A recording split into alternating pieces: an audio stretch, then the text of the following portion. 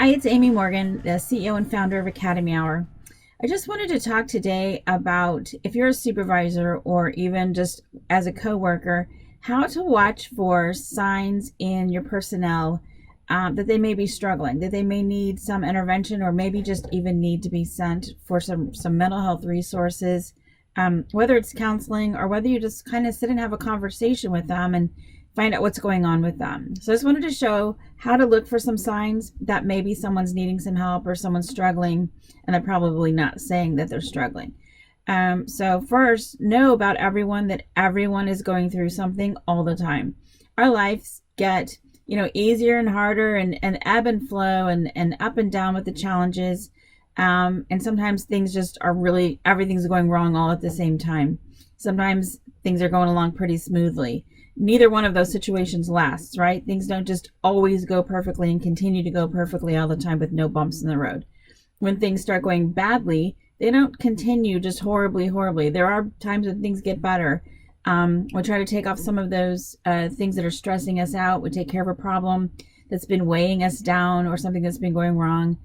Your car breaks down, you get your car fixed, and it's bad for a bit, and then it gets better. Something else is going to happen. So know that all of your personnel are going through things. They have bills to pay. They have relationships. Maybe they're having trouble with their marriage. They're not going to come to work probably and talk about that.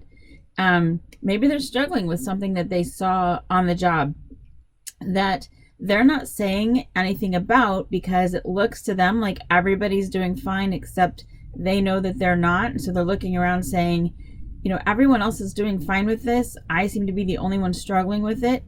That's almost never the case. What I have found is that if one person is struggling because of an incident or a call that they were on or something that happened, most likely the other people that were involved in that are struggling a little bit as well.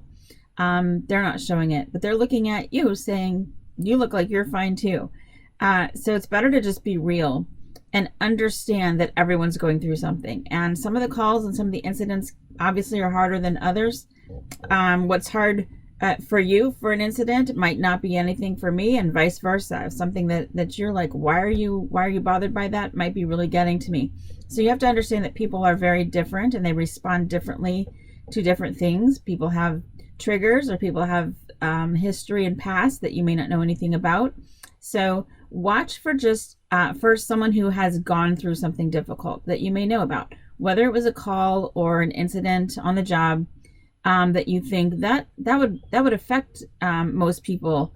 I really need to check on this person and see how they're doing and see if they're getting help or see if they're talking to anybody about it, or let them talk to you as their supervisor or as their leader. The other thing is watching for significant changes in someone. So and significant. So you're looking for something that is like, this person's not acting like their normal self. If someone is always on time, they always show up on time to work, ready to go, and all of a sudden they're being late. They're calling in sick. Maybe they're just not their usual responsive self at work. If you're noticing a significant change in their actual work, but a lot of times it is after their day off if they call in sick. That's a sign. Sometimes it's a sign of people who are developing alcoholism or who are really getting into alcohol use and abuse more than they should on their day off. And then when it comes time to go back to work, they either don't feel good because they have a hangover and so they don't want to go to work, or they're still smelling of alcohol and obviously they can't report to work that way. So if you see someone who is calling in a lot, or even just being late on their first day back to work after they've had a day or two off, that's something to watch for. You want to watch for kind of a pattern with that. Watch for someone who makes comments about things that are going wrong.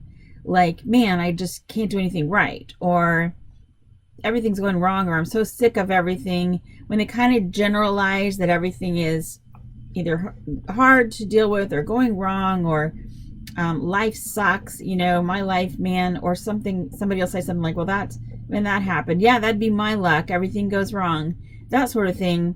Someone's really, they're having a hard time. They may be the kind of person that just is cynical and pessimistic, and that's their attitude about things. So again, remember, you're looking for a significant change. If you know one of your personnel is typically easygoing and kind of positive, or just kind of rolls with life, and all of a sudden they're seeming cynical, or they're seeming just like unhappy. You're looking for that significant change in someone's behavior, their personality. It may be someone who's not typically short-tempered suddenly becomes short-tempered and starts snapping at people. They're not handling things as well as they did before. So think about resiliency. If you look at your physical health, your resiliency, if you're feeling fine, you're not sick, you've been eating right, you've been exercising, you're getting enough sleep, you know how you feel like you can conquer the world and you can do things. Sleep deprivation and being ill, getting the flu or whatever it is, it knocks you down, and you don't care as much. So you tend to have a little more apathy. You respond more slowly. You just aren't the same person. Your sense of humor is gone, possibly, and things irritate you more than normal. So that's what you're looking for. That's physical resiliency, but apply that to your mental health and well-being resiliency. If you have a whole lot of stress or a whole lot of negative, or you're just seeing a whole lot of negative every day, it's going to start changing all of you, where you look at things differently and you see things differently, and nothing seems as hopeful, nothing seems as worthwhile. Things start to feel futile. So if you see some of those signs in one of your personnel or any of your personnel, where they just look like, if they say comments like, why are we even doing this, or why bother, that's that feeling of hopelessness, that everything you're doing is futile. Maybe, they may be going towards burnout or just high stress. So look for signs of change. Look for signs of being, in law enforcement, first responders, you get pretty cynical anyway, just because you see so much negative and you see what people are capable of out in the world. But as a supervisor, if you see your personnel really just taking on the behavior or the persona or the attitude that nothing really matters, we can't do any good here anyway, why are we trying, why did I even show up today, those sorts of comments, those sorts of things, check on that person. Look for things that they say that may be going wrong. So if you hear a person that works for you or works with you saying things like, man, last week my car broke down, this week it's the water heater at home, I don't know how we're going to handle this. Those are stressors that build up, and you get too many of those and things start to look pretty bleak. So just start paying attention, like get to know the people that work with you, that work for you, so you know when there's a change, or what's going on with them, or become someone that they can talk to. So you check in and you say, hey, how are things going with you? They don't go, I'm fine, why are you asking me that? It becomes familiar to them for you to be like, what's going on with you? Are you doing okay? How's life? How's home? How are the kids? How's your wife? How's your girlfriend? Whatever. And ask, how things are going. How's the relationship going? You guys, how's your spouse handle your hours and your shift work and all, and just get the conversation going. The more you can get to know your personnel, the more you'll see when something changes, and you'll be able to be more preemptive and proactive about fending that off and providing help. So the next question will be, okay, I see this in my personnel, what do I do? You're saying provide help, get them resources. Well, there's a lot of different things. So if you have a peer support team in place, you could recommend that they go talk to the peer support team. So they may not want to talk to a supervisor. In that case, it's best. That's why peer support teams a lot of times don't have command staff on the peer support team. You want it to be peer-to-peer, people who get you all the way around from your position. So the supervisor may not be the best person. So direct them to the peer support team. The peer support team then should be connected to outside resources like crisis lines and counselors. If you don't have all of that, if you don't know how to do that or don't have all that available, call a crisis line yourself, and you can be with the person, be like, I know you're not like suicidal, but let's sit down and let's just call. Maybe they've got some solutions in their database. If you have 211 in your area, you can just call 211, and they have a database of community resources. This is things like, I can't pay my rent this month, and there are rent assistance organizations. I can't buy groceries, can't buy diapers for my baby this month. and they'll help with those groceries, all those things, as well as like training, job seeking, that sort of thing. All sorts of basically all your nonprofit organizations and community resources are in that. So you can just help someone make a call, if nothing else. You don't have to know all the answers. You don't have to solve their problems. You want to connect them with ongoing resources. So make sure they have someone to call for this problem and that problem. Again, you're not there to solve all their problems, because then you're taking on their problems. You want to help people find resources and find help outside themselves, and make it okay that they go get that help. So if you talk to your personnel and you say, hey, tell me what's going on, it looks like you're struggling, and they say, yeah, man, things are going bad, I've got a lot of stuff, just things keep going wrong, and you go, good luck with that. I mean, listening is part of it. You should listen thoroughly and let them tell you what's wrong, but then guide them to the next step. Because when people get into that situation where they're so overwhelmed with what's going on, they have a hard time themselves thinking thinking with clarity, and finding the resources, or just picking up the phone to make that call is sometimes too much. So people are like, I don't want to call, I don't know what it's going to be like. Pick up the phone with them and say, let me call, let me get the call started. You call for them, and you be the connection. So a lot of people just need a connector. They just need someone who says, I notice you're not yourself. I notice you seem to be struggling. Would you like to tell me about it? We can talk about it, and then let me see if I can help you. Or if they say, I don't want to talk to you, or you know that they don't because you're a supervisor or whatever, say, hey, it looks like something's going on with you.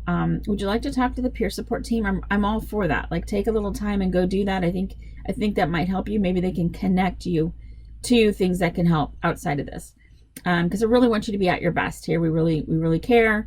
Be a good mentor and practice what you preach, and say, I've been struggling and I saw a counselor, or whatever it is. Like, go do it. The healthier you are, the better you're going to understand, and the better you're going to be able to help. And the better your personnel are, the healthier they are, the better they're going to be at their job. So you can, keep a bunch of personnel who are all struggling and trying to keep it to themselves, and that's what you're going to have as your personnel base. Or you can get your personnel help and find resources for them and make them all strong and resilient, and that's going to be your personnel base. So as a leader, it's very important that you don't just say, we're okay about you getting help here. You say, we encourage it. We want you to be at your best. We need you at your best here. And here's some steps you can take. Go to peer support, find a counselor, use some community resources, find a support group, whatever it is that's needed to help make that personnel, those people stronger and better, is going to make your job better and their job better. And everyone you're protecting and taking care of and looking out for are going to be better for it. So as a supervisor, just going to recap, know your people so that you know when something has changed. Look for significant changes in their work attitude as well as their overall demeanor. Notice when someone looks like they're struggling. If you know them well enough that you can hear that things are going on with them, and you know what those are. You typically may know a few things, but no one ever shares the deep, dark secrets they don't want anybody to know. Know that everyone has those. And so what you see may just be the tip of the iceberg. Be there for them, offer encouragement, tell them to go get resources because you want them stronger and healthier. Don't just say, if you want to, you could go get counseling. Actually make it where they feel like you want them to go do that and that you're behind them in that. That's a mission. Send them on that mission. Go get some help. Be stronger. We're here for you. And that's the way to be a good leader when it comes to someone's mental health. Thanks so much. I hope this helps a little bit, and I wish you guys the very best. Thank you so much for everything you do every single day.